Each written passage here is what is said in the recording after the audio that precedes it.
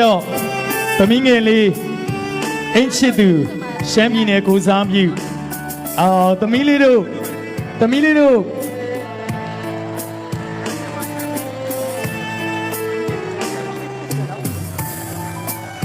သမီးလေးကိုဝင်းနာဆုရှင်ဖြစ်အောင်သင်ကြားပေးခဲ့တဲ့သင်တန်းဆရာမကြီးဖြစ်ပါတယ်ခင်ဗျာသီလရှင်ဆရာကြီးပါသီလရှင်ဆရာကြီးဒေါ်ကေတရညံနိဖြစ်ပါတယ်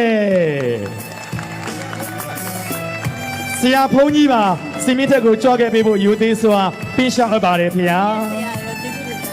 ဆရာဖုန်းကြီးပါကြွရောက်ချီးမြှင့်ပေးဖို့ယူသေးစွာပင်းရှောက်အပ်ပါတယ်ခင်ဗျာ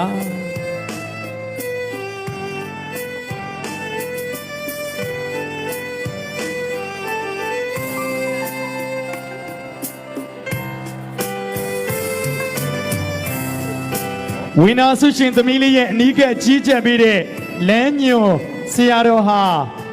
ဝိသိဋ္ဌဝိနယဒရဘိဒကတဘုံဆောင်ဆရာတော်ဖြစ်ပါတယ်ခင်ဗျာ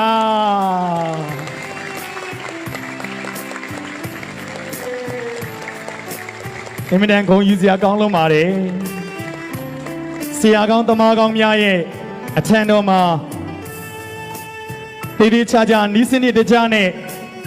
တင်ယူလေ့လာမှတ်သားပြီးတော့မိမိရဲ့ပညာပါရမီကိုယ်စွမ်းဉာဏ်စွမ်းလုံလဝရိယအားများနဲ့အတူဝိုင်းဝန်းကူညီပံ့ပိုးကြတဲ့မိသားစုများအားလုံးရဲ့အားအင်နေနဲ့ဝိနာဆုရှင်သမီးလေးရှမ်းပြည်နယ်ခုံကိုစောင့်နိုင်ခဲ့ပါပြီ